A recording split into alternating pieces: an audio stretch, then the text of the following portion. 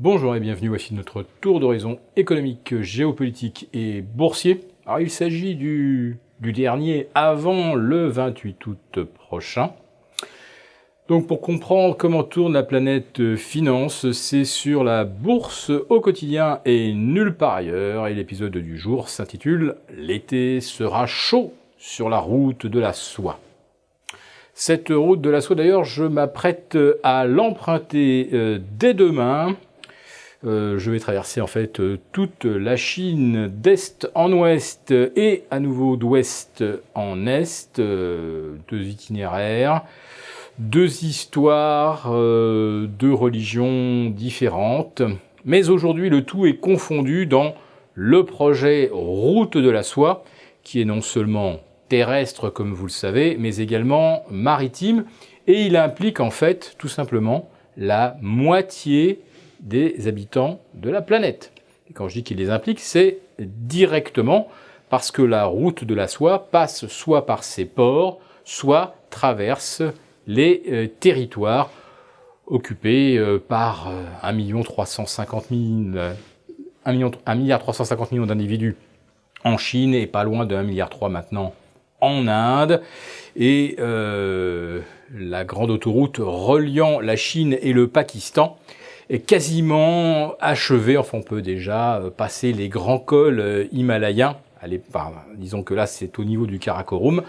On peut passer donc ces grands cols pour faire transiter les marchandises de la Chine vers le Pakistan et au nord par une voie ferrée qui relie la Chine à l'Iran. Et la Chine aujourd'hui se trouve confrontée naturellement à l'hostilité de Donald Trump, aux menaces de sanctions commerciales, et elles ont déjà commencé à produire leurs effets. Figurez-vous que la balance commerciale chinoise a littéralement plongé au mois de juillet. Les excédents se sont contractés de moins 32,5%. En fait, l'explication, c'est pas les sanctions américaines en tant que telles, c'est la crainte de sanctions chinoises en rétorsion aux droits de douane américains.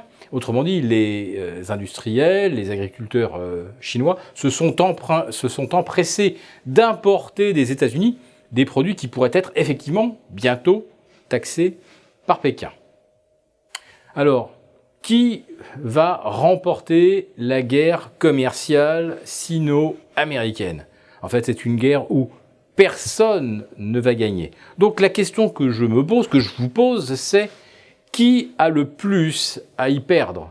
Donald Trump ou Xi Jinping ? Vous avez jusqu'au 28 août pour répondre à cette question, car elle est absolument centrale dans l'évolution future des marchés. Car toutes les problématiques sont concentrées justement sur cet affrontement sino-américain. La Chine, qui est le créancier des États-Unis. La Chine qui laisse peut-être filer sa devise à la baisse, mais qui, pour stabiliser le yuan, devrait alors vendre des T-bonds américains, et donc faire chuter le marché obligataire américain, et donc provoquer la colère de Washington. De toute façon, quoi que fasse la Chine, ça provoquera la colère de Washington. Mais est-ce que cette colère ne va pas retomber sur les Américains eux-mêmes ? Parce que la hausse des droits de douane, c'est le consommateur qui va la payer. Les derniers sondages parus aux États-Unis, d'ailleurs, donnent des chances assez faibles à Donald Trump de conserver une majorité au Sénat et à la Chambre des représentants. Cependant, il faut nuancer, car pour l'instant, l'attitude, le vocabulaire de Donald Trump continue de plaire à ses supporters. Il obtient toujours un taux de satisfaction et de soutien de 45% des Américains. Autrement dit, 100% de ceux qui ont voté pour lui en novembre 2016. Donald Trump, donc, n'a pas pour l'instant de menace sur son action, puisqu'elle est toujours approuvée, même si elle est stupide.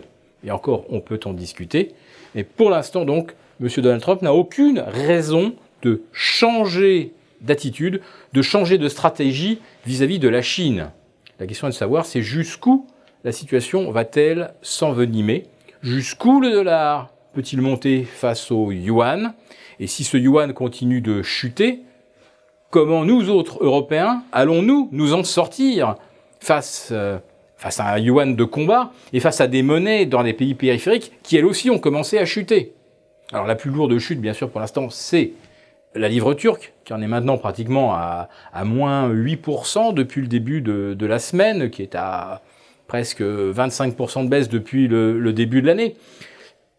Et la Turquie n'est qu'un exemple parmi d'autres de pays endettés en dollars et qui pourraient se retrouver en difficulté, en grave difficulté si le dollar continuait de monter. Voilà, donc vous avez bien la problématique en tête. Nous ne voyons pas, nous, si la Chine n'a aucun moyen d'échapper à l'hostilité américaine, nous ne voyons pas comment cela pourrait être favorable au marché américain, chinois, européen cet été. C'est pourquoi nous avons recommandé de couvrir les portefeuilles, de couvrir notamment et de prendre des ETF bear sur le Nasdaq, puisque sa hausse reposait depuis le début de l'année sur Fangman, puis ensuite sur Fang, et désormais sur le seul titre, Apple. Voilà donc une hausse algorithmique, une hausse gérée de façon quantitative. Nous sommes arrivés au bout de cette logique et à un moment ou un autre, un grain de sable, nous ne savons pas encore lequel, enrayera la mécanique. Alors bien sûr, le grain de sable chinois paraît énorme, il peut venir d'autres sources d'inquiétude, comme d'un seul coup une hausse du prix du pétrole ou une aggravation des tensions entre l'Iran et les États-Unis. Donc, de toute façon, cet été, à notre avis, il n'y a que de mauvais coups à prendre. Et c'est pourquoi, moi, je préfère partir explorer les routes de la soie. Et au moins, comme ça, je comprendrai un petit peu mieux ce qui se passe en Chine.